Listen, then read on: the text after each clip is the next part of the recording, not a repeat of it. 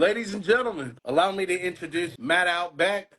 He's the latest and greatest team member of Blazing Star. He's got the vibe with him, and I tell you what, if you can't have a good time while you're with him, you can't have a good time.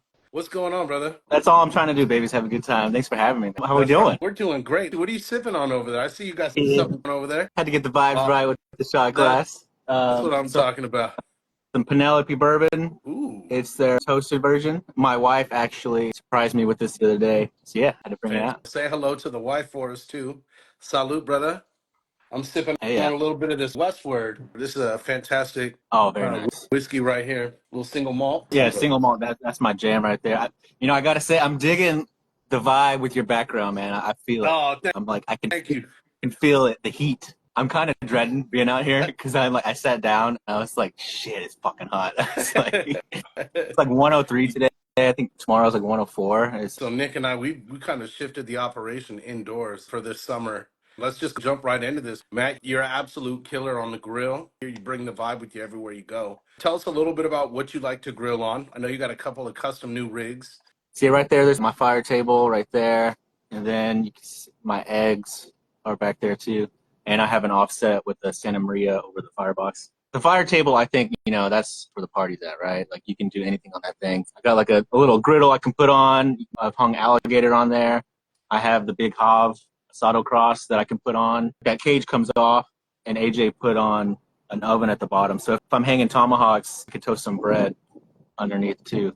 Anything that I can put a fire in, that's my favorite. There's nothing like rolling the offset and doing the fire table. So that's. Do you remember what you first started on?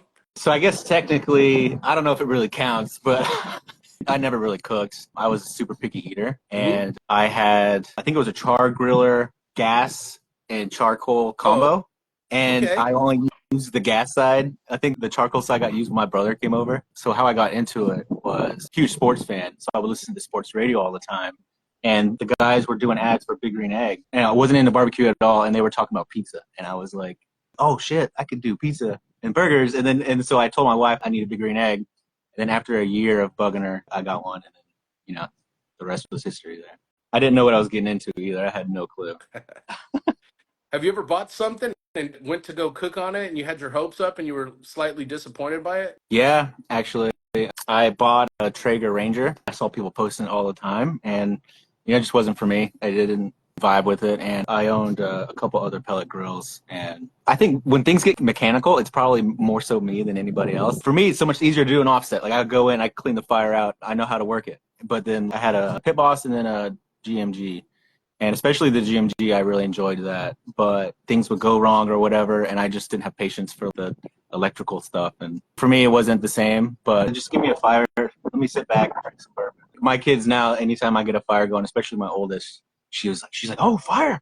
And she's like, can we do marshmallows? It's in our blood, right? We're drawn to it, and being around fire changed my life, man. Can't really put it into words, but you get people around fire, it's spiritual. Outside of the barbecue, what are some of your other hobbies? Shit, man.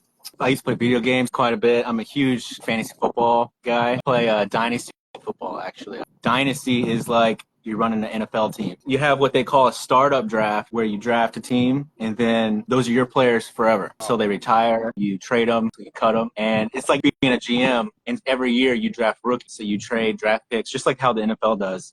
And so I think a little bit before COVID, a couple years before then, I got pretty big into it. Pretty much that, and then barbecue. I don't really play video games as much. I had to get the new college game, though. I haven't played it in a couple weeks, because time is hard to find. Oh, what's up, Malik, my brother in the house? Hanging out with friends when there's time for that, and, vibing. Is that a hobby? That is vibing? Yeah, man, not a second goes by where music's not playing. If I'm in the car, if I'm at work, if I'm at home, there's not a show on, there's music going. So that's literally my life. When I got into barbecue, I got more into music, and those two things kind of changed me. And so those are my two top things for sure. You remember the first time you heard a song and felt it? I don't know if it's the first time, but what sticks with me the most probably. So my dad, he's a baby boomer, and he's you see the Niners colors and all my shit, right? He's a huge influence from when I was a kid, like with sports. My dad's from the Bay Area, and he got me into music. So it was like music and football from him.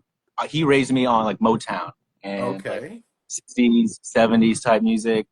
and then like some like classic rock. So what sticks with me the most is music from that time period. Maybe that's the biggest first memory I have. You ever play music too, or is it something you just prefer to listen to? Yeah, I was in bands like middle school to high school. I played trumpet. Kind of fell out of it in high school. I was mostly into sports. Basketball was my sport. I was in band. My wife was in marching bands. Music's definitely in the family there. I didn't sing. I tried choir. That didn't last long at all. As a kid, were you a BMX riding kid, a skateboarder? Did you ride Yeah, rollerblades? no, I'm like a homebody, really. Really? Video games, man, was my thing. I didn't really Really? go anywhere. Well, we would go out play basketball, right? Like that was, if I go back, I could describe. I'm in the courtyard, like playing tackle football in the courtyard and playing pickup. That was life. I have memories of we were like pretending like we're in the NFL and all that. So sports was all I gave a shit about, right? What was your choice of console when you were playing video games? King Griffey on the 64. One of the greatest games ever, right? That and then 007 with Yeah. GoldenEye. Shit. Yeah. The kids these days on TikTok, they're discovering how fire that soundtrack was. That King Griffey game, that was the shit. And then more so in like my teenage years, Xbox. Always an Xbox guy. PlayStation guys, I don't get it. It's cool. But, always Xbox. How about you, My Nate? man, let me go. I started with a 64, then I went to PlayStation, and then went back to Xbox. I kind of flip-flopped. I've had no type of loyalty to any of these systems. I had PlayStation 2. I remember at the time there were certain games like PlayStation only, so you kind of had to have both to play certain things. Halo was like my life. Lived and breathed Halo, and that was it. I remember staying up way too late on school nights playing Halo and just being stupid, man. So, okay, what's your favorite Halo? 1, 2, Halo 3? 2. Probably Yep. not. I think everybody says 2, right? Yeah. I think I would say maybe 3 just because of like my memories, the time period. Okay. Like when I got out of high school, played that a lot. And so what was really cool with the Xbox is you can make your own like playlist with music. And so we would make a playlist and put that shit on the Xbox, and we're playing Halo, and our music's playing. Salty said Halo 3. That's why he's my barbecue wife. What about some of the other things that you're into? You like going to the movies too? Man, ever since we had kids, I feel like that kind of went out the window a little bit. Love movies, big TV show watcher. One of my favorite shows right now is The Boys on Amazon. It's not like any other show that's out there. I don't know if you know much about it, but it's based on a comic that apparently was pretty terrible. Mm-hmm. So it's like a superhero show, but pretty graphic, and it's pretty hardcore. It's funny too. It's a good show. I've heard it's awesome. I would recommend it for sure. I guess maybe when I was younger, I was really big in like more movies than anything. And I would go to watch a movie, people would hype it up, and I would be pissed off and be like how bad it was. And so I got to a point where kind of like in life in general, I would just be like, you know what? I'm just going to enjoy this shit. I'm not going to expect it to be this huge thing. And so I'm like now in a mindset where I leave the theater, people are like picking holes in the plot. And I'm like, bro, but this part was funny as hell. Like it was a great movie. And so I kind of like naturally shifted to a mindset positive about everything and, just enjoy it, enjoy life. I got tired of being upset about stupid shit like that, so you could watch a terrible movie, but find something funny about it. One time I remember my wife, she forced me to watch a terrible movie. And my takeaway was I get to make fun of her for the rest of her life about how she wasted 3 hours of my life that one night. Oh, no. There's good in everything. You know what I mean? What movie was that? I got to know. It was with Paul Rudd and Jennifer Aniston. I can't remember the name of it. Wanderlust? Yes. There's like one scene in the movie that's hilarious. You've probably actually seen it on the internet. It's kind of like a viral scene. Awful movie. I gave her shit about it for like months. And I'm going to give a shit about it tomorrow when I see her. Terrible movie. What are some of your favorite movies that you've seen within the last 5 years? Okay, maybe this might be cheating a little bit because I was late to the party, but I finally watched the John Wick movies. I mean, I was so pissed. I was like, what the fuck I've been missing out for? Like, why didn't I watch this when it came out? It's so good. Yeah, John Wick, and then I feel like movies aren't the same anymore. Like TV's where it's at. I've seen a lot of videos on TikTok about that lately. They're just doing remakes because they don't want to take risks, right? If I had to pick like favorite Step Brothers, put that shit on right now, I could probably, word for word quote it. And it's probably not a surprise, but comedies are a thing. Salty Dalty's in the audience. I could say Dumb and Dumber to make him happy. But, it's hard to beat. The Departed, love that movie. Just an amazing cast in that movie. And a special shout out to Hot Rod and Super Troopers. Those are some other ones. Hell yeah. And Superbad. I could probably go all night. Yeah, Pineapple Express, man. I thought hurricane season was over. Are your kids back in school yet, or are they still in summer right now? My oldest is the only one in school. She's 7, second grade. She started Wednesday. Okay. The others are 4 and 2. They're like in Mother's Day out. It's 2 days a week daycare. So they go back first week of September. My wife's counting the days Oh, for that. it's like as a kid, you couldn't wait for summer to start and you were sad when it ended. Right. And now as a parent, man, it's so great when it ends. And Salute, salute. I feel like I don't know what the hell's going on. Cheers, baby. It's like school starting like 2 or 3 weeks sooner. Yeah. They get out sooner, and then they get like 2 extra fucking weeks of breaks, like all these teacher holidays, and I'm like, what the hell? I'm like, because I wasn't in school too long ago, and I'm like, they changed this shit quick. We're fortunate. My wife's a nurse, and so she works weekends mostly.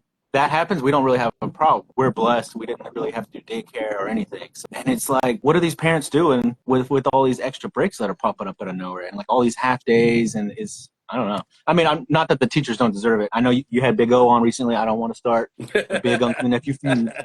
Don't come at me, Big O. No, but yeah, I mean, I know they deserve those type of breaks, but it's like, what do parents, like a single mom, what do they do? I don't know. It's got to be tough. I think I saw you're going to be coming out to the Open Fire meetup.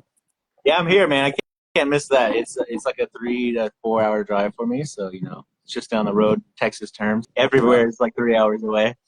Giant ass state. I started like the Roaring Fire thing. My idea there was see where it goes, like catering and pop-ups and private events and stuff, and then live quickly put me down a different path, and some opportunities came up like professionally for me, like 9 to 5 type stuff that I could like turn down. And so as far as I'm kind of playing the long game. This past year I've kind of fallen more in love with the chef food side of things, and so that's like my focus. I think about pulling my phone out last, and so my page really there's been not really any growth or movement there, but yeah, I'm just falling in love with the food part of it, and like mixing in barbecue with different types of cooks. And I want to try and get back into doing something bigger, because I always knew I wanted to do more than just like post. So I think what's like realistic for me is like try to do maybe some like charity type cooks, some fundraising type stuff. Like my friend, he cooked his kid's like baseball game fundraiser for his team, and I cooked for him, and he provided the meat, I cooked for him, didn't charge, and just small stuff. Yeah. Starting out, again, big cook to get your feet wet. It gets you. So, like, say if you want to go into catering and you don't really know what it takes, kind of start small by doing like helping out in your community. It's like, one, you're doing good, helping people that you love and know, and then people that are near you. And then two is like you get like a small window of, okay, I'm about to go serve 100 people.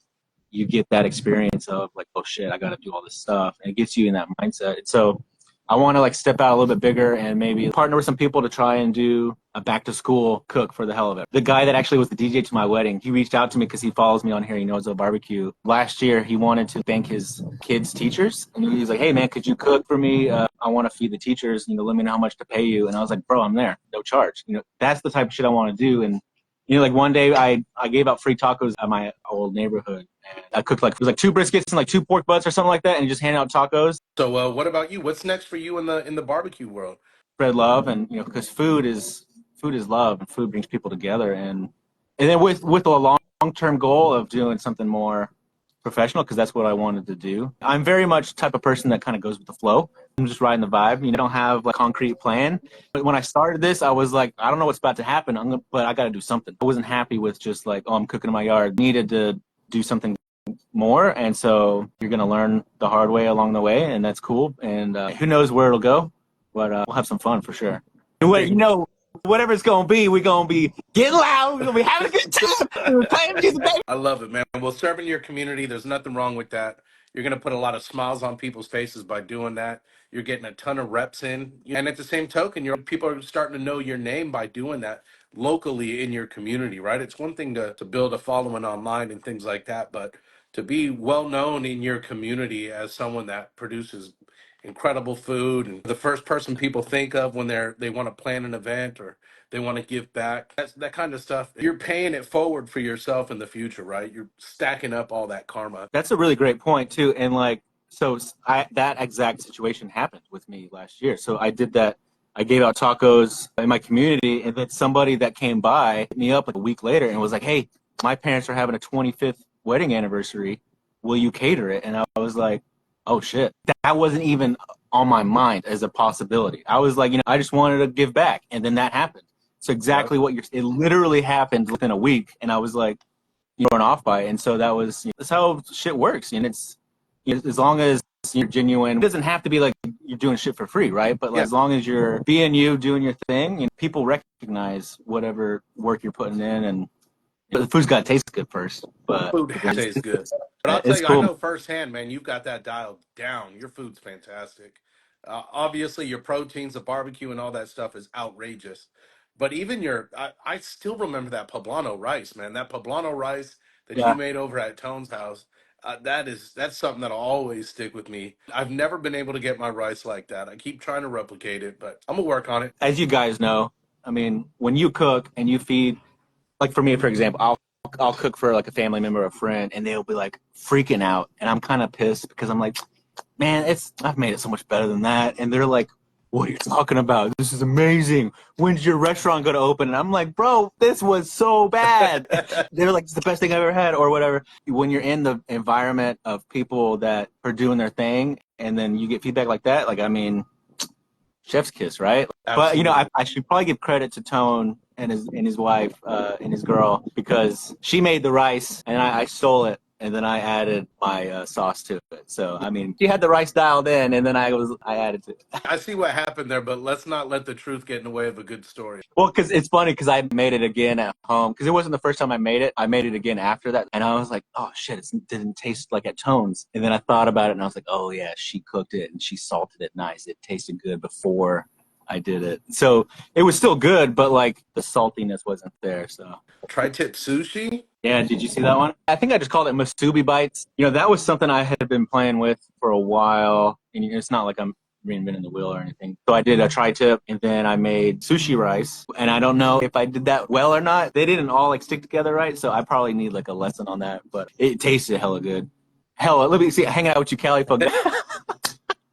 I never heard anybody say that in my life until like this past year, and now and we have these nori snack bites, so seaweed, and they're like salted or whatever. Mhm. And so you put the nori down, and then like the sushi rice, and then I did tri-tip. I made a sauce. What I really vibe with is fusion food. So it was like Texas barbecue with Asian influence, and then like Mexican. So it was like Tex-Mex with Asian. The tri-tip steak, the nori, the sushi rice, Tex-Mex flavor sauces. It's like habaneros, tomato, and shit. And so yeah, it almost kind of like looked like a sushi roll. That's the best thing, is to experiment and improve on it. What's become my goal is leave my wife speechless, and not just when it comes to in the kitchen, if you know what I'm saying. The first time I ever made picanha, she was like, I don't like that. And I was like, what the hell? So I was like, all right, I didn't do that right. She was like, I was like, bet. So now when I make picanha, she loves it. It's so satisfying. Like, first time I ever made it, I probably didn't make it right. I over-seasoned it or whatever, and now it's something she looks forward to. You have anything in the hopper that you're looking forward to making soon that you haven't made before? So I want to do a whole lamb roast. Ooh, yeah. And I was thinking NFL Sunday kickoff the first week. So I was thinking about inviting some people over. Big Sexy, if you're still on here, you better come over that day. Yeah, you're on here, Rob. You're coming over week 1. We're going to roast a whole lamb. And I haven't decided if I'm going to do like tacos or maybe some gyros. My thought is like in the morning, I'll get that going, and then have people come over like at 11 right before the game start. Yeah, I hope you're listening, Big Sexy, because I'm putting you to work. And so while people come over, we'll have the lamb going, we'll have the fire going, and then we'll like throw down some ribeyes for lunch. Games kick off, then we'll have like some apps going, and then right before Sunday Night Football starts, then the lamb's done, and we eat and watch the game. And the Niners play Monday night, so that's why we need to do it that day, so I can get a little shit-faced, have a good time, and like not miss the game.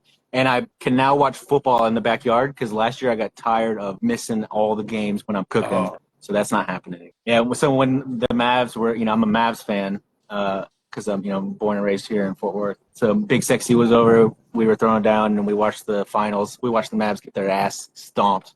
But it's cool, though. We got some questions. Right. What's your go-to meal to impress guests? I would say I would probably do picanha, and I would do it on like a baguette, and then like a garlic parmeoli, and then with like chimichurri on there. Yeah, that's probably what I would go for. I would like to do sandwiches, but if it's like a party, bite sizes, obviously, because some people don't really know about picanha, so that little that kind of stands out, and then the aioli sauce with the chimichurri.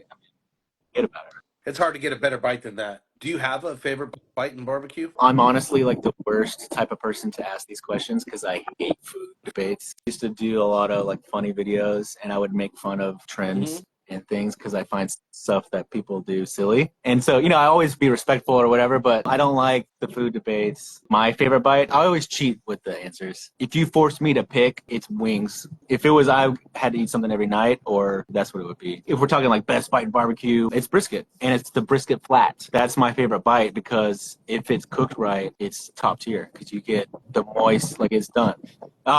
Colby, my man, shit, National Food Days. He knows. See, he knows. He follows my stories, apparently. Man, we got fucking 5 National Burger Days. I hate that shit. It drives me nuts. Oh. And I get it, especially if you're running a brand. You get it. I get it. And salty, you cannot have too many toppings. What was it, Nick? Too many toppings on pizza, but then he disagreed with tacos, and I called him out on that shit when he did his show with y'all. I think it was the opposite. He wanted to keep his tacos, light, not too many toppings on that, but he loads his pizza up with as many toppings as he can get. Right. He's like, oh, margarita, there's not enough toppings or whatever. Like, shut up. Best bite, brisket, and maybe that's just the Texan in me. I don't know. I think everyone's got a different answer to that. You can't go wrong Yeah, with the well, wings either. I think wings are universally loved. That's why I don't like the fucking stupid debates because it's all subjective, baby. Your favorite bite's gonna be what I put on your plate because it's gonna be tasty. Eat what you like. You don't like shit, then I don't want to fucking hear about it. I don't care what you don't like. Talk about what you like. Salute. Words to live by. Another question. What was it like to cook vacío with Al at the first open fire meetup? Shit, man. That happened. That was real. That wasn't a dream. Literally chills when I think about it, man. That event changed me. So no joke, I left that event, I went home, and I was almost depressed. I didn't know how to function for the next few days after that experience. Like, it was so surreal. And like what we talked about from the jump, it was crazy. Yeah, I don't know why. I've been lucky that I even got there. I was around all these legends. I was around OGs, people who've been doing that shit for their entire life. And that was my first exposure to live fire ever. I cooked vacío. I didn't know what a vacío was. Now I know it's like you can't find it anywhere here. I mean, it was unreal. And for it to turn out good and for Al to pat me on the back.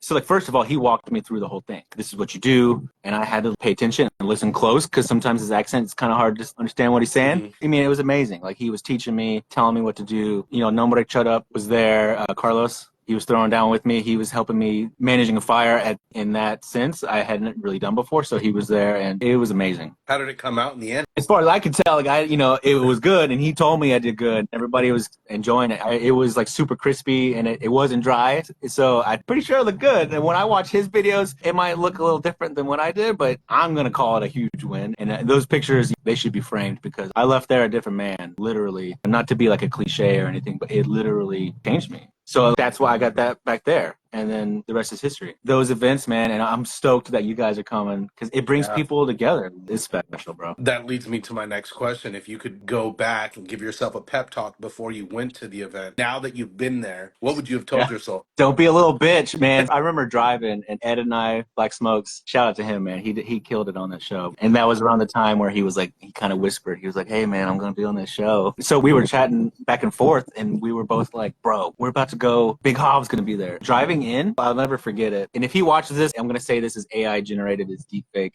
I'm going to deny it. I pull up, I see Mel. And like for me, Mel was like somebody, because Big Green Egg, for me, that's where I started. And so I looked up to people, you know what I mean? So I see Mel. I didn't get out of my car for, I don't know, like 5 minutes because I was just nervous. I was there a night early. It was like Al, Javi, Vic, Super Skewers there, and then Mel. That was pretty much it. And I was just like, what am I going to do? And so I was just nervous. I was, freaking out. Like, so I would go back and just tell myself, be a little more confident and just go for it. I'm glad I listened because when I met Javi, all he did was he took me under his wing and started teaching me. Awesome. That's how him and Al are. They share their knowledge, they teach. And that's so rare in life in general, man. People that go out of their way to help you out. It's priceless. So my advice, be a little more confident. I feel like I try to be humble and all that or whatever, but I'm very hard on myself. I'm very competitive. And so just be confident. Well, I'm looking forward to it. It's going to be fun seeing all the old faces and meeting some new ones. Have you been to San Antonio area at all? I've never been. You gotta at least just see the city. Maybe take a drive by the Alamo at least. Mhm. Don't waste your time going to Whataburger. Go to the Alamo. Go to the Riverwalk. San Antonio is a beautiful city. I love it there. Burnt Bean Barbecue. Last year I went with Crazy Gringo and Willie AOAFG. We went to Burnt Bean. If you just go to the Riverwalk and vibe, it's awesome. My wife had gone out there. She went out on a girls' trip. They went out to San Antonio. Shout out to my wife. She's on a girls' trip right now in Nashville. I miss you, baby. Cheers to her. Yeah, Live it up, cheers baby. to her. It's to all the But beautiful ladies. yes, yes. I'll hit you up. Maybe you can show us around. Yeah, I might have to drive down Thursday night then if y'all are coming in Thursday because I Yeah. wasn't sure if I was going to come in Thursday night or Friday morning. If y'all are coming in Thursday, I should drive up Thursday after work. Me, Nick, Tone, and Dan are all flying in together on Thursday. Oh. Rob coming with us too, Nick? I don't think so. I don't think he can come until later in the day. Yeah. So we'll be there.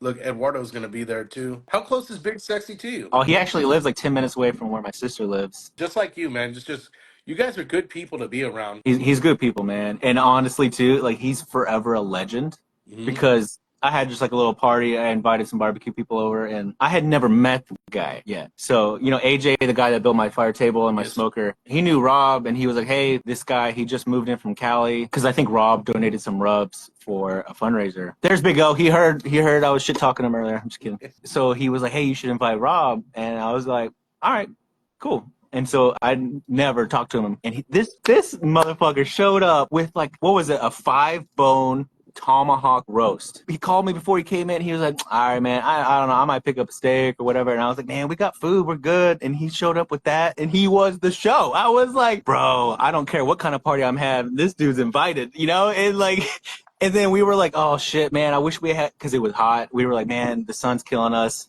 Wish we had a cover. He like went to his truck and pulled out this tent, and I was just like, that dude's a legend. And since then, you know, we've just become brothers. You know, we've hung out. He's been here to my house a few times. I've been to his. You said it, you know, and that was my impression of you guys too when I had the pleasure of meeting y'all. You know, honestly too, like I was kind of a little blown away. You're like one of the nicest guys I've ever met in my life, and I was just like, you know, you meet somebody and it almost seems kind of like fake. Like it's not that you're fake because there's just certain people you meet and you're like nobody's that nice, right? And so I'm also not nice too. You know what I mean? Don't get me wrong. You know, I definitely have both sides of me. I do my best. Several years ago, I had a little bit of a life-changing dynamic that I had to go through. And I came out of that on the other side just with a different mindset, different mentality. hell yeah. I do everything I can to put my best foot forward and be the unk for someone that needs it. And I will say too, and it's not just because I'm on the show, but I will say two of the things that stand out from when I was at Tones is how genuinely you just connected with me and you like genuinely were interested. I'm like, oh man, because of the shit that happened to us like right before we pulled up, you know, so genuine. And like that is like one of the top things on my mind. And then the second thing is Heat Strokes pizza sausage.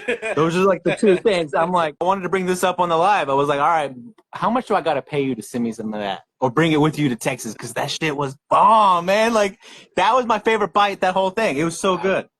Appreciate you. I haven't made sausage since that batch. That's been the last batch I've made. Oh, well, I guess that makes appreciate me feel special. But we got to change that, though, because I'm putting in. Gotta make some more. For sure, gotta make some more. And so I'll figure out how to it's ship got it. because like a couple months before that, I went to a barbecue joint here that's pretty well known in Texas, Zavala's Barbecue, and they had a pepperoni. I think I already told Heat Stroke it was the pizza sausage. I was like, that don't taste like pizza. And so then I had that, and I was like, yes. I was like, yes. So I literally, I was freaking out about it because it was like so recently I had one that didn't deliver, and so that was cool. Right on. If there's one thing I can do, I can pizza. That's about it.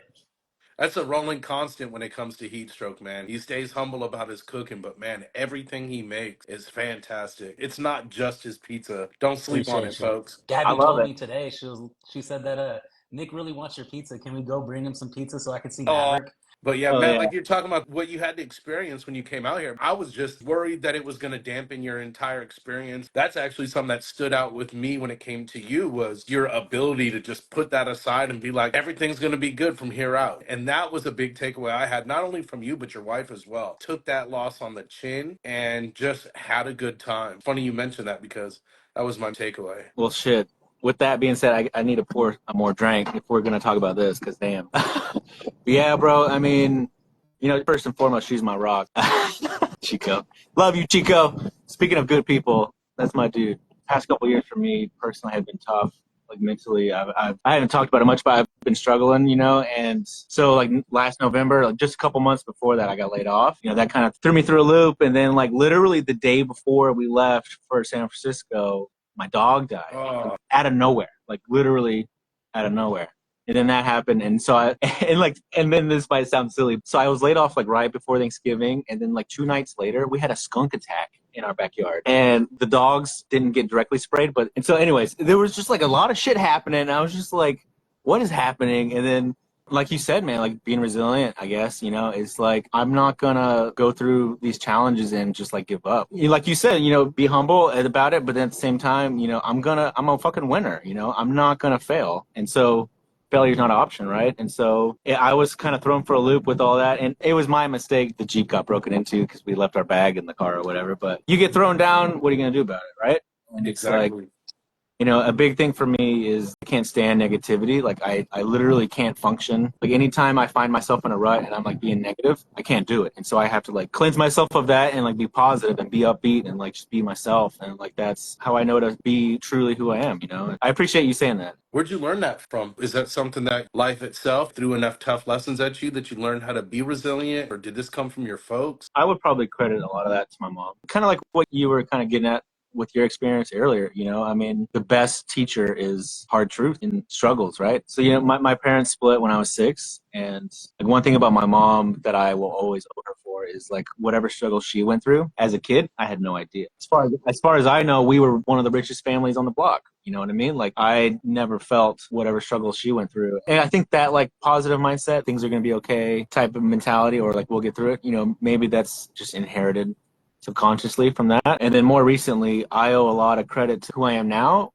Conversations like this, especially when I first started with IG, like the kind of like the COVID time, 2020 to early 22, being on here and like creating content, it actually like, it helped me find myself. I went to college in like business, and I got my master's in real estate. I work in real estate in operations and like data analytics, BI type stuff. I've always put pressure on myself to be a certain way or like fit myself into a certain box. Being my nature of like sports influence, I'm just super competitive, right? And so I would be hard on myself, like, oh man, I'm not doing this, I'm not reaching that. And honestly, being on here and people that influence me, there's a ton of lists, but like one in particular that sticks out, Chuck's Flavor Train, somebody that like I followed early on, people like him, and there's a ton of others. The whole experience itself, it taught me to accept who I am, like be me. And so when that clicked, it changed how I position myself at work. I used to be afraid of being who I am in like a professional setting because I'll say dumb jokes, I'll say like quirky things or whatever, and I would always have that fear of people accepting me or whatever. And like especially when I started making stupid videos on here, you have that vibe of, oh, what if people don't like it?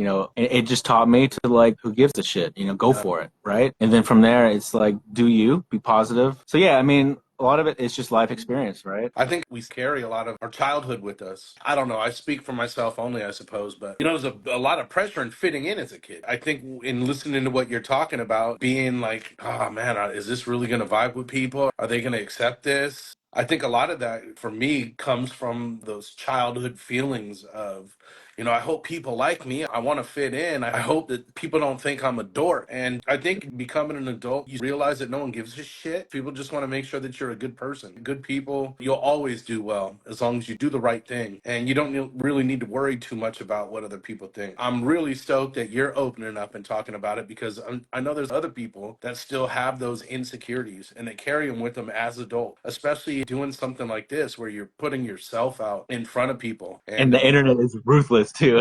Well, the good thing is no one ever says anything mean on the internet. You can always go to the internet if you're looking for something kind-hearted. And what's that podcast, The Two Bears? It's Bert, Tom Segura. Tom does a different podcast. I don't know who she is, but with a chick. All I've seen of it is on TikTok. He'll just talk about somebody like, oh yeah, here's this person doing this amazing thing. And he's like, you want to know what the comments are saying?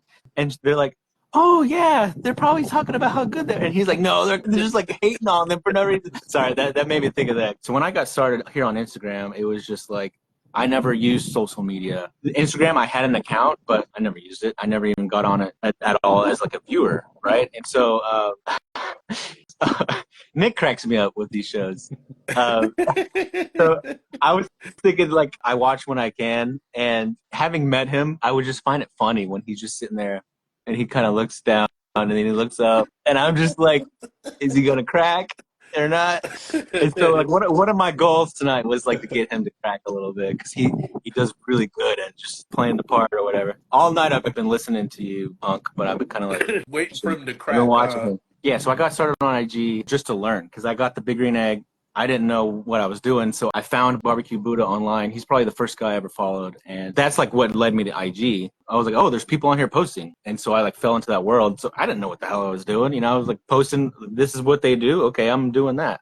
And that was before Reels was a thing. And then so Reels happened and there was videos of me like trying to do what people were doing. And I'm not a recipe developer. Like I'm just figuring shit out, right? I'm not creating recipes. And so I was trying to do like recipe creation videos. It wasn't working. And I had just like epiphany of, all right, what is it that I do when I go outside? I'm vibing. I got music going. I'm being a fool. And so I'm just going to turn the camera on and just be me, right? And so I'll never forget the anxiety that I had before I posted it because I was just like, nobody's doing what exactly I'm doing. And I was like, first of all, I don't really know as much what I'm doing with the cook. Like, are they even going to like, does the steak look right or whatever? So there's anxiety there, and then ripping off the Band-Aid of putting yourself out there, like taking those walls down, it was hard. But like once I did it, it was amazing. That's when I felt like a presence and people like knew me. And I'll never forget, literally people messaged me and they were like, man, I wish I could be like you and do that. And I'd be like, bro, you don't have to be me. You don't have to go out there and dance and make a fool of yourself. And if that's not you, don't do that. Whatever you are, that's what you should be. And it's like, just be you, right? And so it's crazy because it sounds so simple, but it's hard. It gave me courage that I never had before. It might sound silly, but like I would go have my job interviews and I had confidence because of my experience with this. I've kind of fallen off with like my content and all that, and I've just tried to like hold on to it because it changed my life and I don't want to let it go. I want to get back into it, and you know, it's amazing. You never know what your experiences will produce. So I remember the first time I saw one of your videos and it sucked me in right away. I think I sent you a DM after seeing it too. It was just the vibe. You were out there just having a good ass time. I think I And I remember that. swear, I'll go back after this is over. I'll go look through the DMs between you and I and be like, bro, I just love your energy. And you invited me over. Yeah. I remember because you were like, oh, I love this. I'll come over to my house. I'm having a party. And I was like, who the fuck is this? I was like, I don't Yeah. even know you. Yeah, but I knew your energy was something that was infectious. And I knew that you carry that with you. You're having a good time and you're not content just having a good time on your own. You're making sure everyone's having a good time too. You're dancing, you're singing, whatever the case may be. It kills me that we can't have music because I used to try to do that with my Yeah. lives. Because I would go live all the time, like randomly. And it would kick me off because of music. It's fucking stupid, man. We should have a vibe going right now. So in my head, there's music. So pretend, if you're watching, put on some Leon Bridges, put something on that'll make you shake your booty, baby. Because that's what's on in my head right now, all right? It's cool to hear that because, you know, you can only be what you can be, baby. You know what I mean? Yeah. Nick, we got some of the other questions for him too, right? We still got some audience questions first still. Mortal Kombat or NBA Jam? Ooh, NBA Jam. boom shakalaka. Yeah, he's on fire. Fire! Yeah. Tonight has really got me like I need to go find some of these old games and get it. I need it. I want to go play these games now, man. Where did Matt learn to dance?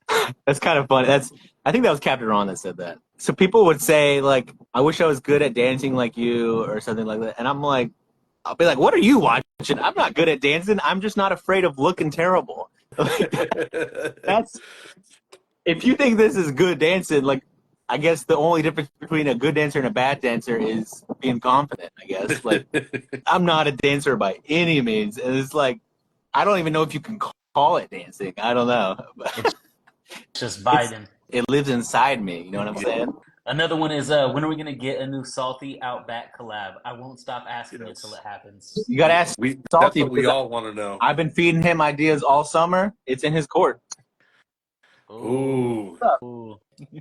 He's out here making content for companies. What's up, baby? Come on. You got to give the people what they want. We have some really good ideas. I will say it was a lot of fun, that collab we did. It came out really good. And it's so funny because I would compare him to one of my brothers. My brother Malik, he was on here early. We've been brothers since second grade. A little funny story there. So Malik's black. When we were little, we would tell people that we were brothers. And they would be like, no, you're not. This dude's white or whatever. And we would be like, oh, he was bleached.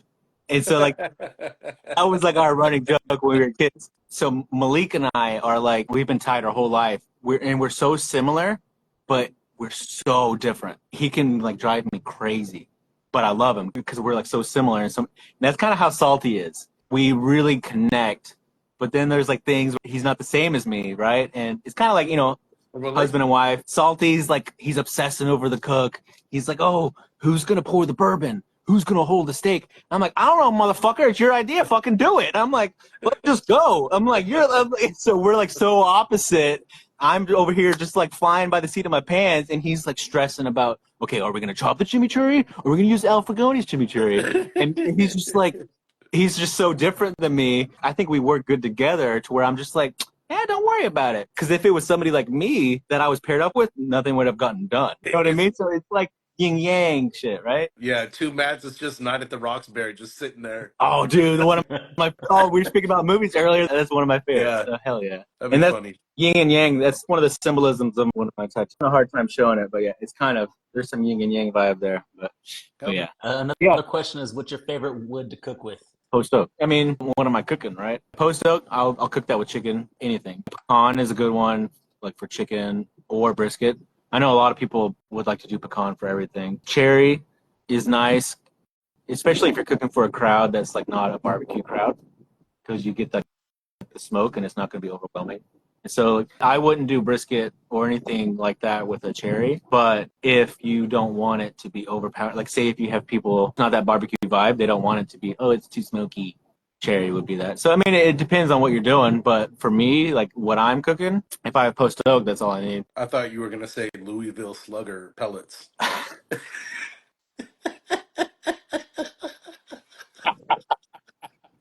Don't get me started, damn it. Oh, shit. That was real. That happened? I have a whole bag of them. I wonder what happens to your stomach if you consume that. People say good things about them. I just didn't end up using them. On the pellet talk, you know, I don't have much experience there, but because, you know, I bought the Ranger, I had the Traeger pellets. I was not impressed. But I used Bear Mountain, and it didn't leave a mess like the Traeger ones did. Yeah. And I felt like there was flavor there. So, like I said earlier, I'm not big on food debates, and like the pellet wood smoke thing, I don't care. Like it doesn't bother me. He said there is no debate. No. I'm You not. just- I'm not one of those types that hate on people for what, you know. The only thing that, if we're gonna be real, like the only thing that would bother me is when people are like overly bragging about like, oh, I cooked on the pellet, I did like all this shit, and they're like exaggerating about what it takes to throw something on there. Like that's when it's like, oh, well, I mean, like it's not.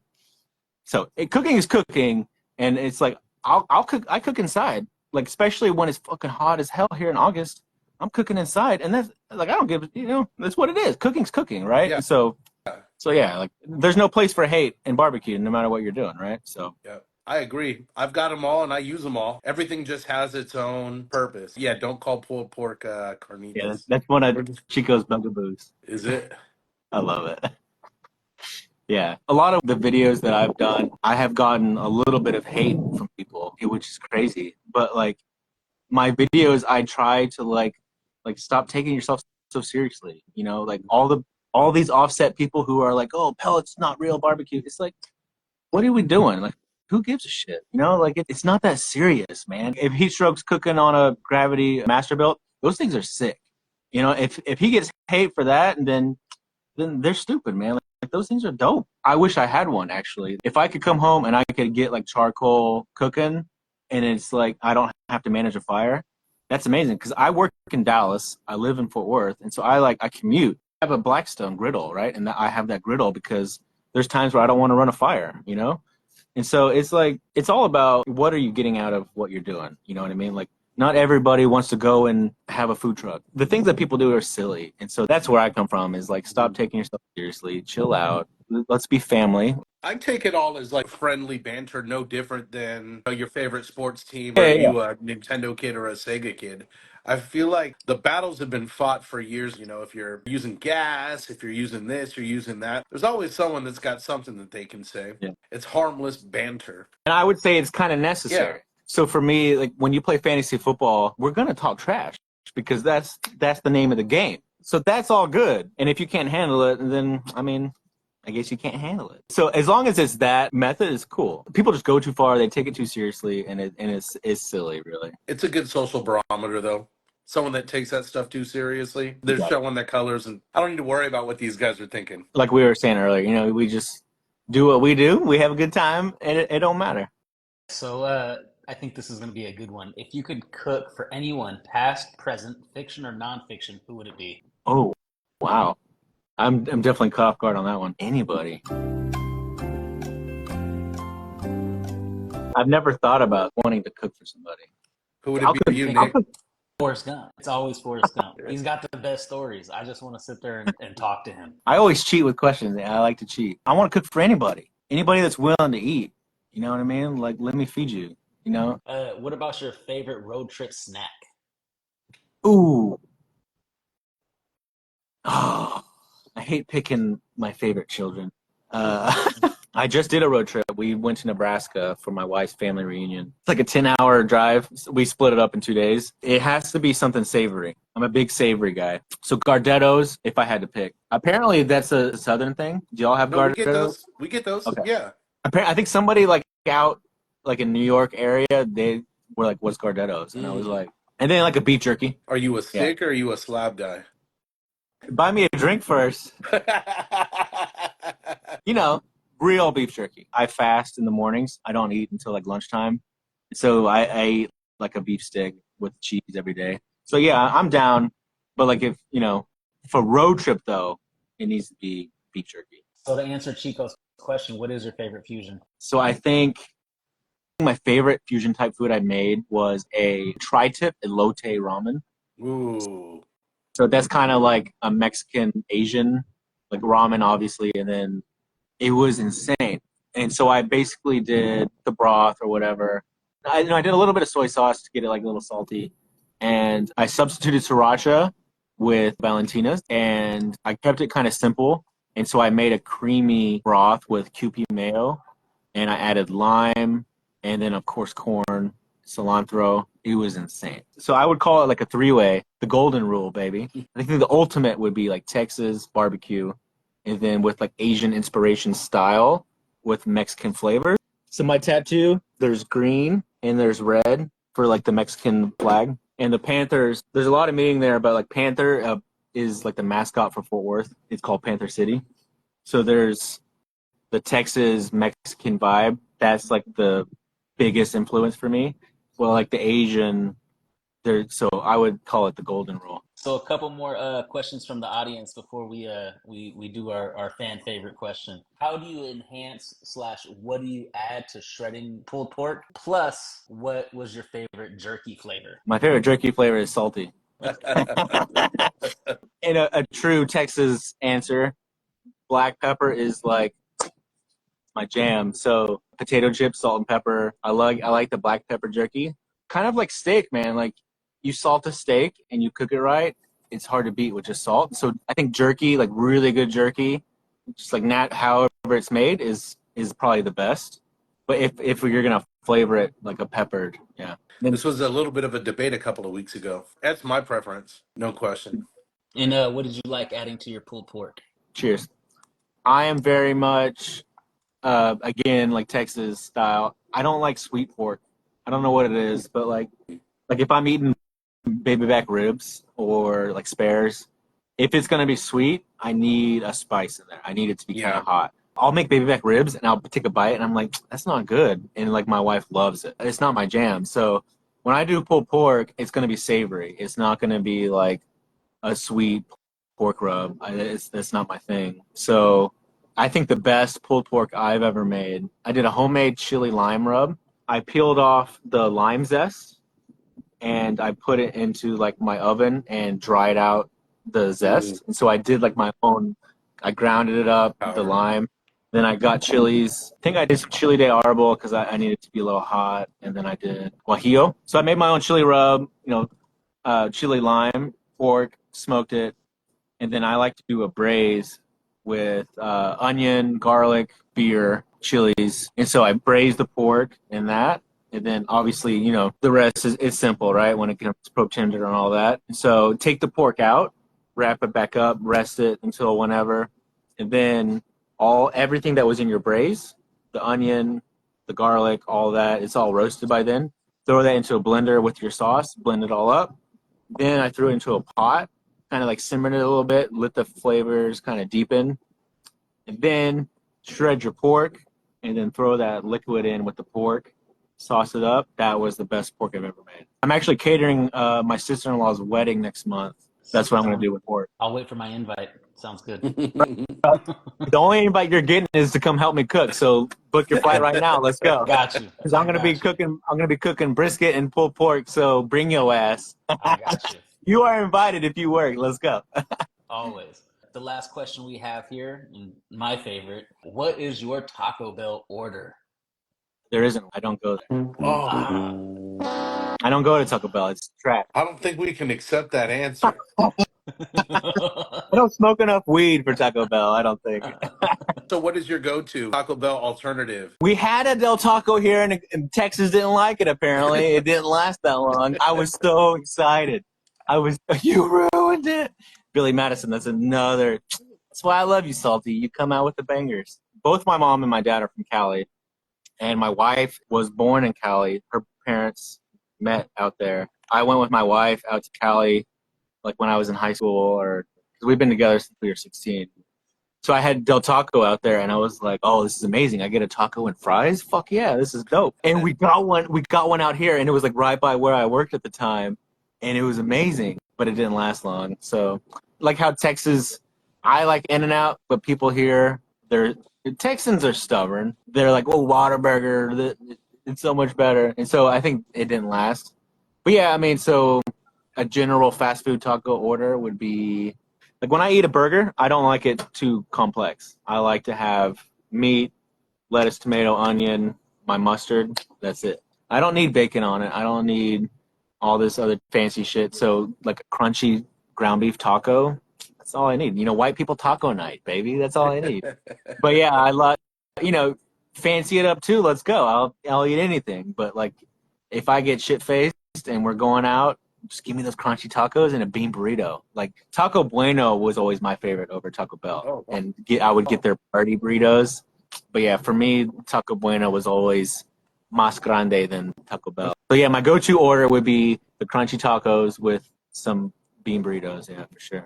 I'll take fancy like Applebee's. Chico, you need to sign off this live right now. I hate that. All right, guys. I would love to keep hanging out, but I got that comedy show, so I got to dip out. Much love, man. Have a hell of a time, man. I appreciate you guys. You guys have fun yourselves. We'll see you. I'll see you brother. later. I'm glad we got you more interactive, man. It was my goal to get you live tonight, and it happened, baby. Let's go. And I want some of that pizza sausage. I got you, yes. Man. I got you. I'll figure out how to ship it. All right, brother. All right, you guys. You take it easy. Later. We'll see you, Nick. All right, brother. So no Taco Bell out there. That's crazy. Do you have a Whataburger? Who's this? Hello. What we got here? Look at that sharp-dressed man and that open fire Jesus over there. What's going on, baby? Where Raider Nation Pizza YOLO go? Let's go. What's going on, baby? Wow. You look sexy. You look sexy and lively, baby. Nick had to dip out. Man, I can't keep that on too long. I can't. I even had my little fanny pack and everything going. I was ready. I was waiting. Loaded. Let's go. Now I'm jealous I didn't get to crash your live. Nice hat. We definitely should have done that. So welcome back, Salty Dalty. We can have a revisit. Let me ask you a quick question since you just jumped on, Salty. That pizza oven, you got it in the backyard and stuff? You've been running your reps through that thing or what? I've been running a few reps. Yeah. So I did a pizza cook on it for the company and stuff, just for business basically, and then I've done a few cooks for the family, just doing pizzas and stuff. And I got it because it was wood fired, and I was like, oh, this will be great for content. This is going to be cool, but I know it's going to be high maintenance and a lot more work. But it's great, man. And like the wooden stuff I've got, it lights up quick, and it's just a beast. So I've cooked on it 3 or 4 times for pizzas, and then I just did chicken wings that I'm not posting with them for like 2 weeks. So okay. But yeah, chicken wings and pizza so far. I've never done wings in a pizza oven, but I used cast iron and I just preheated it. seasoned the wings and everything and dropped them in so it was nice and hot. And what I wasn't thinking with a pizza oven, obviously it gets crazy hot, but I didn't want to burn the wings, so I dropped it down to like 400, 450. But Yeah. the cast iron was so hot that the side that actually got like the most color was the cast iron side, the pan side. And I didn't realize like there would be so much oil and stuff in there. And I started Googling it afterwards, and they turned out great. But you're basically frying wings. There's a lot of fat and stuff in there. So it was an adventure. I didn't do like a test run or anything. I was just doing the content. I'm like, I hope I don't fuck Dude, this that's the up. best. I got extra That's wings on the best. standby. Yeah. Oh yeah. I love doing shit on the fly, man. Like you learn so much doing it that way. It's always better to go ahead and try new things and see what the end result is. That ain't right. We'll do it again. Yeah, exactly. I'm still thinking about that whole lamb you're going to be doing, man. That sounds Yeah, like an amazing undertaking, man. You're going to have a ton of fun. I need to make that happen. I need to send out the invites. Like, there's a business Costco in Dallas, close to like where I work, and I was going through there just to check it out, and they had lamb just hanging out in the freezers there, and so I just need to do it. It's been a while since the last whole animal I cooked was for the Super Bowl. I did a pig roast with Big Sexy, and I need to put that cross to work, so it needs to happen. People are going to want to show up and be a part of that. That's where like I love it the most, is when people are around and they're eating. It's the best feeling in the world, man. Like the biggest high I've ever had. Last year I did some pop-ups at Ace Hardware. It was more so kind of like demos. So I did 2 of them, and it kind of fell off because they had some like change in staff and stuff, and so they kind of like ghosted me a little bit or whatever. But like I did 2 pop-ups, and the second time I was there was a repeat guy who like showed up, and he was like, he's like, I was hoping you would come back. And like that was like, you know, again, like I mentioned earlier, like, it was something I didn't expect, and like I don't know if I could ever replicate that feeling that gave me. You know what I mean? Like it's amazing. And so feeding just a crowd of people, like it's just is the best thing in the world. And I think one thing that people don't really talk about too much is like the humbling side of it, like the learning side. So as an example, like you fed us, what was it, biscuits and gravy egg rolls? yeah. Yeah, I did.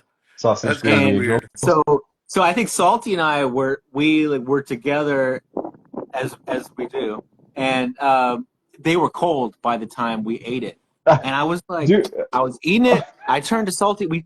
I think we both said the same thing to each other, and I was like, this shit is cold, but it's fucking amazing. And so like that to me is like that feeds that. So the feeding people is what drives us, right? The other side of it, where we all connect on like feeding each other, feeding people, but to me, like what even pushes me further and like the next step is like being humbled by like, wow, he made this, and it's like I never would have thought about doing it this way, or like you get kind of blown away and like you get pushed back to reality a little bit because that high of serving people, it makes you feel on top of the world, and then you go and eat like maybe a peers or somebody else that's in like the barbecue world, and they like blow you away, and then you kind of like rethink things, and it's like maybe it makes you question like your methods, but more so it makes you like reevaluate and learn, and it's like it feeds the machine, you know. And so that mindset is where I've kind of shifted this past year, where it's like taking a step further and like honing the craft, learning, and like just taking it to a different level. And to me, that's where like I'm really jealous of like the Cali vibe. Like I feel like a lot of people in Cali, like they connect a lot, and they like Texas. We all live so fucking far away from each other. Like Texas is known for a lot of things, but like we're so spread out. It's hard to like. There's not a group of people here that I can just hang out with all the time. Like big sexy, he and I try to hang out a lot, but there's just not like a group. You know what I mean? So like I crave that where I could go like eat Brian's food, eat your food. You know what I mean? Yeah. And so that to me is something I don't think people talk about enough. It's pretty special for sure in Cali. It is, I I was gonna say it's funny you brought that up because Mike's in the desert by himself.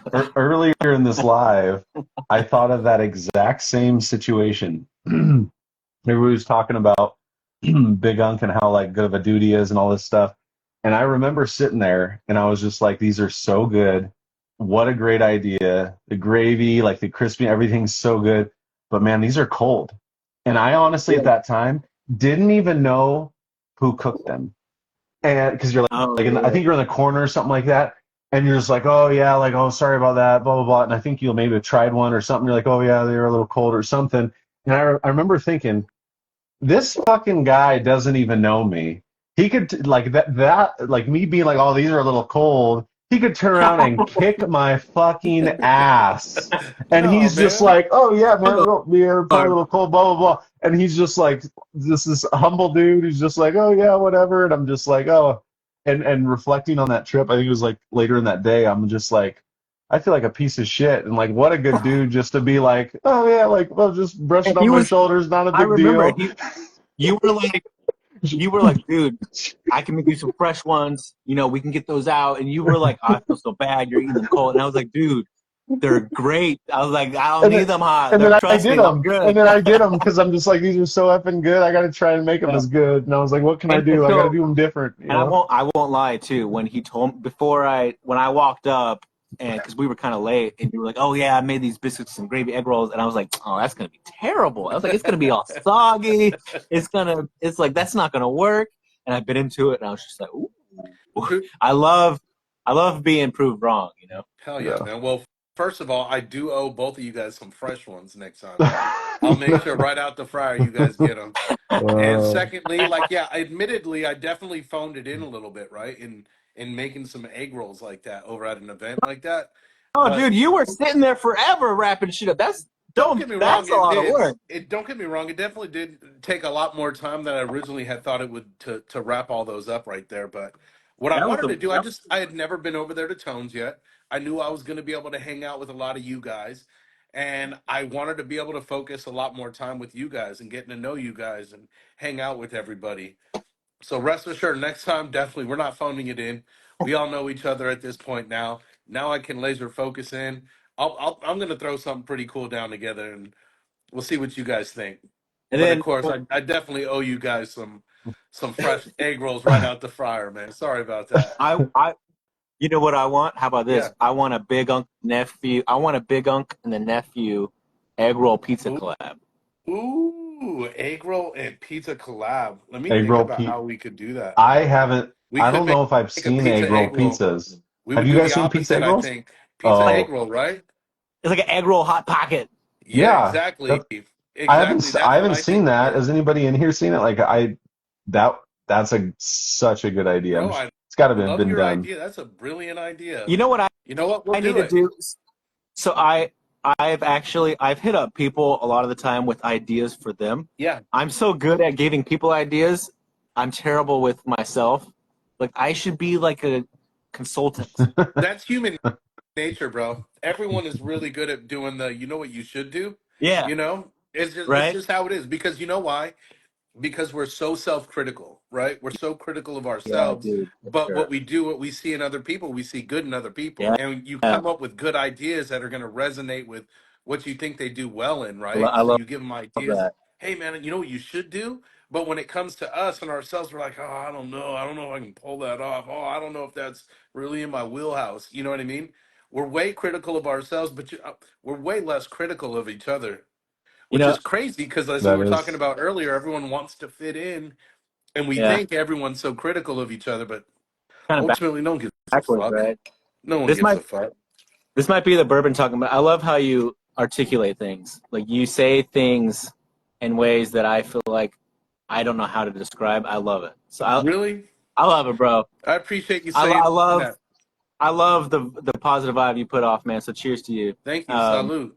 yeah. And I go so back and I edit this. If you heard me editing these things, man, I'm just the whole time, you fucking idiot. I feel like I sound like a fucking idiot, you know? no, But I again, it's love it. that self critical thing, you know what I mean?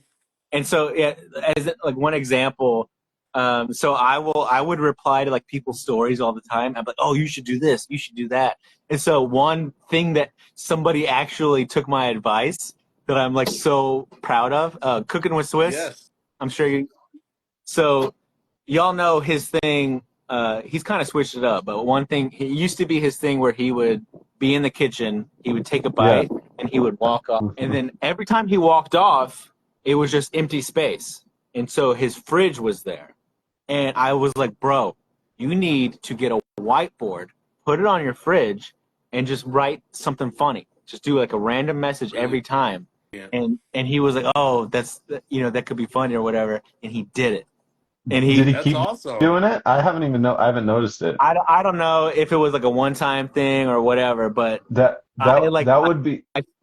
I fed him that idea. I don't remember what he wrote on there, but it happened, and I was just like, yes, like, because I was like, I worked him. I was like, you do this, you should, and it to me, because like one thing I learned about like the content creation, like one thing, I never really got too advanced with it all, but like one thing I learned was like, you don't want empty space, right? Like you don't, when you do a video, if you have a period of time where like nothing's happening, like it's not providing value, Yeah. then why I'll check out in your video?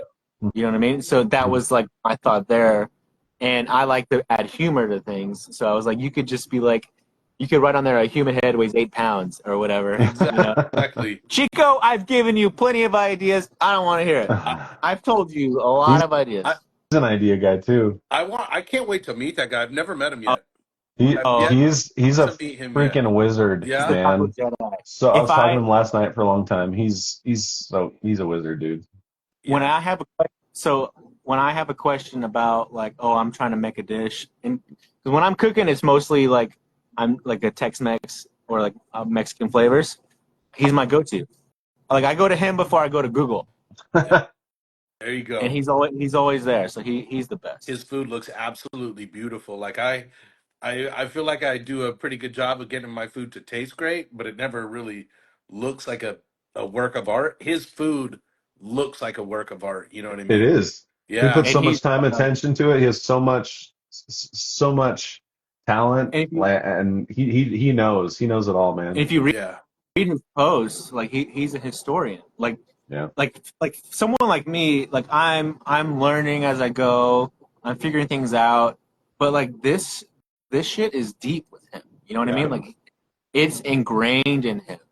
It means more than just like, oh, these, because like there's some people on here like they're posting stuff because they're trying to make a career out of it, right? And it's like for them it's like they're clocking in, they're clocking out. His shit is like he lives it. And he's not, He's in love. nothing he does is, He's in love with it. He's in love with it. it's an like art. the epitome, it's the art, passion, and Flavors. like he's a nerd. And so that's what's so special about him. And I've told him he needs to do videos where he's like teaching people. Long And, like, form. You just said that. I was like long form, little like tidbits and secrets and stuff. Oh, for sure. like talk with Chico, Mhm. and it's it's just so cool to be connected with people like that. And He's it, so knowledgeable. and for me, it's humbling too, because it's like, sometimes people take things for granted of like, you come across like one thing that bothers me is when people like waste food or like they do things that are kind of like, like, oh, what are you doing? And then you come across him and it's like, it's so ingrained in who he is, and it's special. It's absolutely meticulous. Just like Mike said, the plating stuff, man. I have such a hard time with that. I ended up Yeah. actually buying the tweezers, right? The cooking tweezers. I need some hoping of it those. would help me with my. It It's hasn't so helped me at all. Hasn't helped me at all. So And I've will- talked to people that I've really been inspired by their plating and stuff. yeah. And they don't have any advice for me. They're like, oh no, you kind of see it in your head first, and then you Yeah, just put it yeah, together. it's- It's like, oh fuck, that's not what I'm looking for. So do You you know? watch? Do you watch any like cooking shows? Yeah, oh god, all the time, all the So- time. So for me, I got pretty obsessed with Chopped. Yeah, And so plating was one thing I worked on too.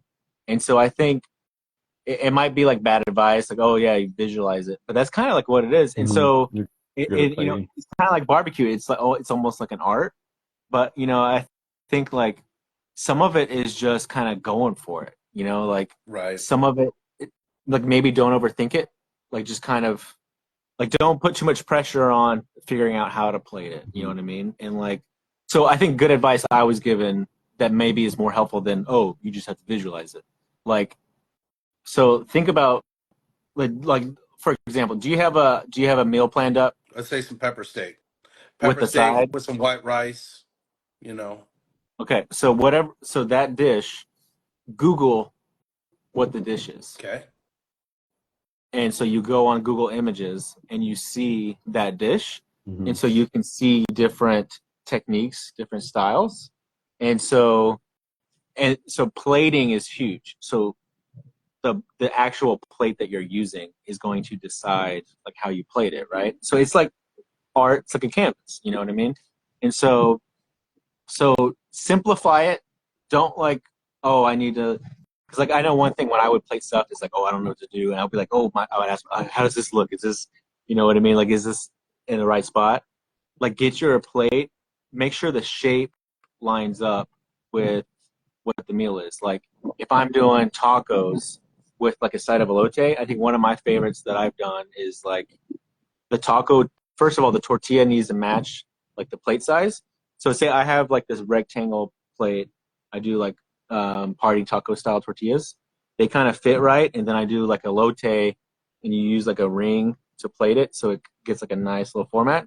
So it's like it's all case by case, and so Google it, get the images, and that will like help. That will provide the visualization as a The starting. inspiration too of like other little colors or Right, and then garnishes and simple, and then whatever. keep it simple. Yeah. Like it feels like you probably feel like you're trying to do something fancy or whatever, but like if you just break it down, like okay, and it's like with anything with barbecue and cooking, right? Is like stop complicating things, calm it down.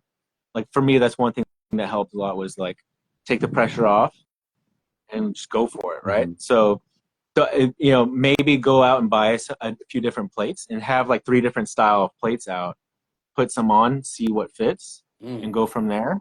And then like maybe mess with different techniques and see how it goes. Not a bad idea. Try plate a few different plates at the same time. Kind of Right. find the one that's coming together the best, yeah?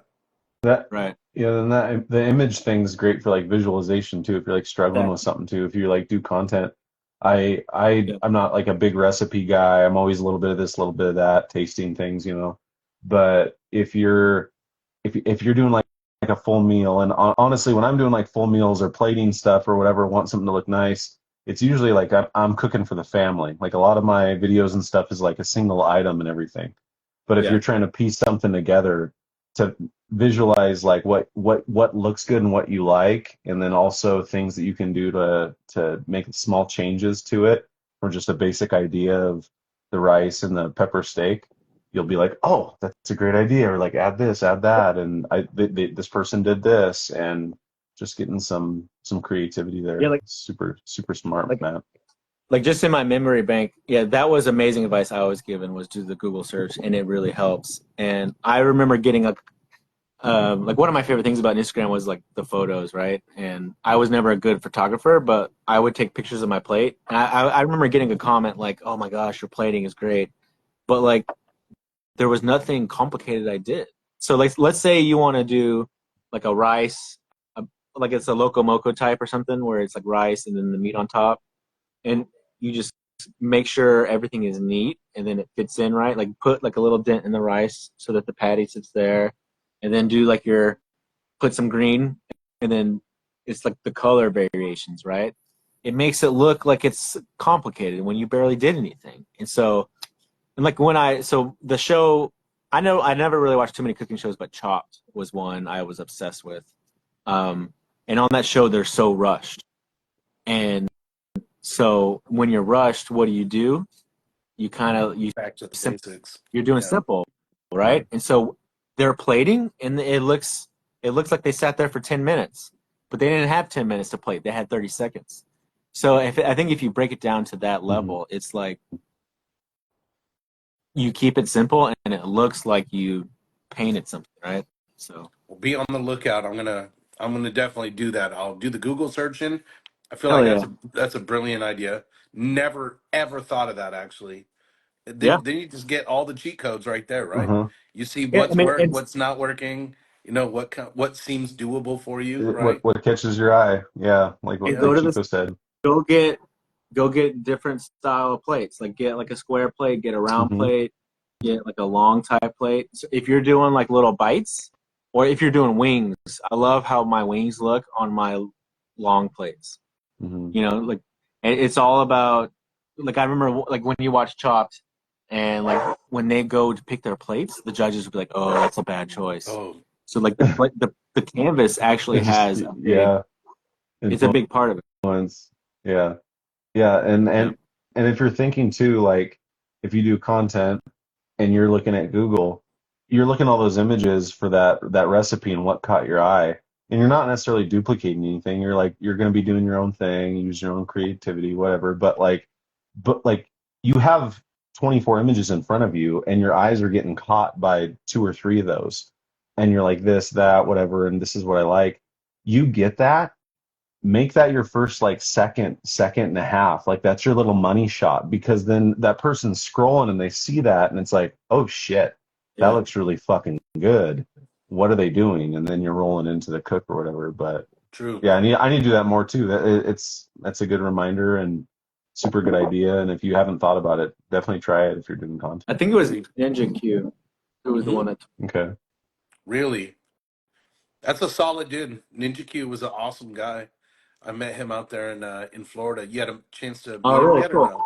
I never met him in person, but I remember you know we kind of I think we started out like the same year. I remember we would go back and forth like kind of like shit talking each other. Like he would be like, "Oh, I'm coming for you," like the follower count, Hmm. and I would be like, and then so he would get kind of close to me, and then I would go farther ahead of him, and then obviously he's like uh, blowing me out of the water. But Big yeah, dog. but yeah, because he was he's a photographer, Hmm. and that's kind of like where his stuff was, and so I learned a lot from him as far as like how to get the plating inspirations, and then like doing like the photos where you have like a plate and then like a background and then like your lime, like the features in the back that are out of the way, but they add visual. I haven't met him, but I've like talked to him and stuff, and I had groups with him. But yeah, Hmm. seems like a good dude. You were talking about Chopped, Matt. So, Yeah. and I'm not like saving questions, so I'm not being a great co-host. I haven't noticed too many. But I got a Yeah, question. You're you're doing no heat just fine. stroke. I know, Nick. So you're talking about Chopped. Um, Big on, what's your favorite cooking show? Oh God. Favorite cooking show? If you Okay, can't now decide, pick two or something. I've been watching cooking shows for a very long time. When I was a kid, I didn't watch G.I. Joe. I watched The Frugal Gourmet. I don't know, that's probably Really? way before both of your I guys' don't even time. know what The that is, Never Frugal heard but of Gourmet, just this really old white dude was cooking out there. Emeril Lagasse, it. Bobby Flay, those guys way back in the day. Giada. I grew up watching these guys. These guys were massive inspirations for me. But lately, like our favorite shows, it's probably my favorite because I love watching it with my kids. Is like Master Chef and Master Chef Junior. You know, what is my problem with GI Joe? It's easy, man. I fucking can't stand the pew pew pew pew, like the laser, the sound of the guns and the bullets being looking like lasers. That was my only problem. I love the whole everything else. I love the characters. I love the message. I had the toys. Just the show, it seemed too corny for me. But anyway, yeah. As a kid, that's what I watched was a lot of those. But Master Chef and Master Chef Junior, probably my I, favorite cooking show, or I even Next Level Junior. Chef. I like honestly Junior more than Master Chef. Same. You know what So I do mean? I. You're just like this good, and you're just it keeps me bringing you back, and then some random kid who just has been awful figures it. It's a great show. The Yeah. kids are so confident. You know what I mean? They are so confident. They're so talented. They're so inspiring. We love watching it as a family. We absolutely love it. And you'll have this Blake, little Mike, you're like humble kid that like comes up to every once in a while, these like sleepers, and they're just like so talented and so good, and they just don't even know it, and they're just like the junior's great. Yeah. absolutely. So those are probably my favorite cooking shows. You know, Okay. what about you? Well, So shit. Let's make our own cooking show. You know what doesn't exist is like a social media cooking show. oh Nobody's doing so that. so I talked with somebody recently, Eh? and I don't think it's a social media one. I think it might be on YouTube or something. But I know I think that there's something like kind of in development from this one person that I was talking with, and I don't know when it drops and stuff, but it's about influencers and pulling out influencers and having almost like a podcast, but it's cooking and there's some type of competition aspect. But I couldn't get all the details, but it sounds similar. I was just like, oh, that's a really cool idea. But Really? yeah. Okay, that does sound fun. Almost just like this, like you invite somebody on, you're like, oh, this person's interesting, love this guy, but you bring him on, and there's some type of competition aspect and Yeah. like a show. But there's producers and stuff like that. You got to fly out, but it's more geared towards social media. That's cool. But mine's and I don't think anything compares. I think it's the best. Gets my gears greased. It's the one. It's no longer a show. I think it was like discontinued or something. Cutthroat Kitchen. Cutthroat Kitchen. Did you watch that? Cutthroat Kitchen is with the big ripped If you haven't dude, right? seen it, I don't even know what platform it's on, but you have to. That What was is from the that? chef. He's ripped and he's got the glasses, right? Is that the guy? Cutthroat Kitchen is Alton Brown. Oh, never That mind. like mousy skinny guy, Yeah, I know like exactly real who like Alton Brown is. Yeah. so you I honestly it's probably been like 10 years, but it was my favorite. And people could correct me if I'm wrong because it's been so long, but you basically have like 60 seconds or something like that, and you have like a topic of maybe what you're going to be doing, kind of. They'll give you like an idea, like, hey, make your best chicken dish or whatever. So you go into this little kitchen, and all the people competing against each other are in this tiny little kitchen with limited like resources, and it's like supermarket sweet, and they're grabbing all these ingredients and all this stuff to make some chicken dish. And then there's like there's different levels, like 1, 2, 3, and there's a curveball. And then it's like the first curveball, and they're just like, hey, everybody, lose the chicken. None of you can use your chicken. And it's like, we got chicken of the sea, we've got like we got turkey, we got all these things, and you have to, like, I think you have a set amount of money, like 25 grand, and you offer money to get certain items or Oh, something. yes. I So then remember you that get one. it, and then once you have it, you're just like, okay, I paid 8 grand for some real fucking chicken. Like, I better have the best dish. And then some guy's like, I'll fucking take the tuna. I'm the last guy. I'll pay $100 or whatever. He gets the tuna.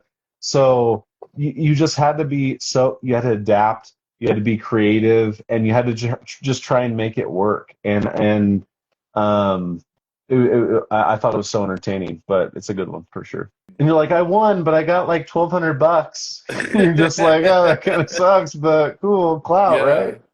Yeah. Or you see the real cocky guy, and he's like, "Yeah, I'm only spending $500." You know what I mean? Uh-huh. Yeah, But then I, you win, I remember that and you're show. just like puffing your chest out. You're like, I'm gonna be on the Superstar show or whatever they did. But yeah, Yeah, it was that was pretty cool. I, li- it was a while That was ago. I cool. like that But yeah. aspect of it where either like you have to be strategic, or I like where you have to be forced to deal with your circumstance. Yeah, So like, I think that's what I like about Chopped, and then Guy's Grocery Games. yeah, those were awesome. I haven't seen guys. Like you just have to deal with whatever stipulations. And so I feel like when I'm watching Chopped, I was like so obsessed with it because I'm learning. Like for one, I'm hearing about food that I've never heard of, and then two, like I'm learning all these different techniques and like adapting, like kind of like what we spoke about earlier, like being resilient and like, okay, what situation are you in, and how are you gonna make a dish out of it? And to me, I feel like that's what's made me really fall in love with cooking is like you're in a spot. How do you like it's like conflict resolution and that's like in my 9 to 5, like that's what I love to do is like my daily job. I love to be a guy that's like a problem solver, right? Like I'm the guy to Same. go fix all your problems. And I feel like that's what I love about cooking is like making something out of a circumstance of like, oh, so I to me, I find that so fascinating. To watch people at the peak of their craft, it's incredible. Hmm. It's so. What about like the YouTube shows and stuff? Who are you? Some of your guys' favorites? I don't do much YouTube. No, not much YouTube. I don't either. I'm familiar with Sam, but yeah, I was on YouTube when I like first started out, but I don't really get on there Like much. Yeah. learning stuff and the tutorials and how to do stuff. Like absolutely. Yeah. Early on, I was Right. doing a lot of that, and then once you learn like your basics and things you love, and you figure out what you're good at and everything else, I'm just like, okay, I don't watch too many of them either Yeah, anymore. Yeah, I'm the same way. Yeah. I like picking apart the long form content and just kind of seeing what you know, knowing behind the scenes what it's like actually filming content and seeing like what's actually going into some of this long form stuff. It's pretty interesting to me. So Sam the Yeah. Cooking Guy's one for me. I really like Chud. Chud's Barbecue. I'm sure you guys know who that is, right? Yep. Chud. He Yeah. was. Yeah. I met him at the Texas meetup last year. Yeah, he's one I'm actually really looking forward to getting to meet out here. A lot of the other guys I've met already, but He's so hilarious too. His videos. He's funny. so guys, we're getting here towards the end. We're at 9:15 our time. How are you guys doing? I'm good. I'm riding the vibe, baby. I'm Everything great. good? All Let's right, go, cool, baby. cool, cool. I just don't want to keep you guys too long, you know? Oh, I mean, hey, you're the host. Good shit. I'm So you're down. just big chilling. Is your wife out of town or is she? She's a nurse. She works nights. She works Oh, she's weekends. working. So she works every Friday and Saturday night. And so I come home Fridays from work, and no days off. You know what I mean? Yeah. I full time dad on the weekends, and she wakes up on Sunday, and I wake her ass up. I'm like, all right, come on. And like, just context for my like history. Like so I think like 6 out of the past like 7 years or so, I actually worked from home. Oh yeah. And so when my first daughter was born, uh, I had a job to where I could pretty much work whatever hours I wanted. So my wife was working full time. So she would work 3 nights a week, 12-hour shifts, 7 p.m., 7 a.m. And so basically, I was essentially like her full time caretaker. So I would watch my daughter during the day, and I would work like at night. Um, and so I've seen all three of my kids. I've seen their first steps, That is awesome. every single one, and especially my firstborn, I was with her all the time, and when I got into like creating content, that's why I pumped out content like so often. Like I was cooking like 2 times a day. Like I would be out there grilling while I'm working, and so yeah, like that. My involvement with kids, I've been very blessed to be close to that, and like with how my wife works weekend, it's like Saturdays, especially like lately, my 4-year-old's in soccer, so like I'm the soccer dad. Like I get him in the minivan, we roll out, and it's all me, and it's fun, man. It's good. I get to get like I get the best of everything. I'm very blessed. Like I have a dream job. I work for an amazing company. Like I work at Goldman Sachs, Oh, and nice. it's a place I never dreamed of being at. I'm a really good spot, and so I get that. I get to barbecue, and I get to be like the dad vibe, and it's a lot, but it's I wouldn't change it. I miss working from home because of like the ability that I could go and like throw a brisket on and get some content in. So that's probably like my page took a huge shift when like my job changed, and I knew when having a third kid would change things, and then as my career progressed. But yeah, I used to pump out content like crazy because I had time, and I haven't adapted well enough to go with it, but I mean, That's all right. you make your priorities, and the only reason, I've just made my decision, right? Like I've decided what's more important, but like this right here, what's happening, is important to me too, and I need to, do better at. I've, one thing I realized is I don't have to I don't have to post every day. So what I want to try to do is like do more of like almost exclusively post the like my funny videos or like that stuff, and even if it's once a week, that's what it is. Mm-hmm. But I'm gonna mix it up, I think, and I just need to sit down and prioritize it. Is what it is. Matt, have you thought about, and I don't know if you do too much, because like with when you're having the fun videos, like food's not really the focus, it's you. So Yeah. when you're cooking the food or doing something, have you thought about like, hey, like I'm filming this whole process and I'm gonna have one focused on the food and all these details and stuff that like, look delicious or how-tos or whatever, but then when you're cooking it or you're outside hanging out during that time, filming you having the fun. So then every cook you're getting two reels out of one. You know what I mean? Yeah, I know exactly. Yeah, I know what you're saying. Do you do much of that? Hey, I'm cooking. Here's the end result. It's beautiful. It's great because like your shots and your plating and stuff are like so good. But yeah, you have like these focused posts on like food. But then that same content that same day, you have another post backed up of you grilling, putting it on, dancing, having a good time. both worlds. Yeah. Mm-hmm. Two for one. I like that. No one's like, oh, what's he cooking? Does it look good? They're like, oh, he's slapping some fucking meat on. He's vibing, having a good time. Like, this is good. So, but yeah, just I just want to shout out Blaze. I just want to shout out Mike for Blaze Star real quick. What his commented on there. I love that. Love you, bro. Yeah, it's funny that you say that because I remember being really like not like genuinely upset, but just kind of like shaking my head. I would do something silly. I would in one video, kind of what you're getting at. I would do one video where I'm being silly, and then I show the food, and then the comment I would get, they would be so serious and like, "Oh, I love sandwiches," but like my video was ridiculous. Like I was being so stupid, and I'm just like, "You're just on here farming for engagement or something?" You're either not watching. You didn't just see me making a fool of myself, or like you don't get the humor. And so it's funny because there's people like they just see the food and they just comment and they move on, like they're not even watching. Mm-hmm. But yeah, like I like that idea though. But I definitely need to mix it up for sure. Well, it's just a way for you to. I mean, you're Two birds.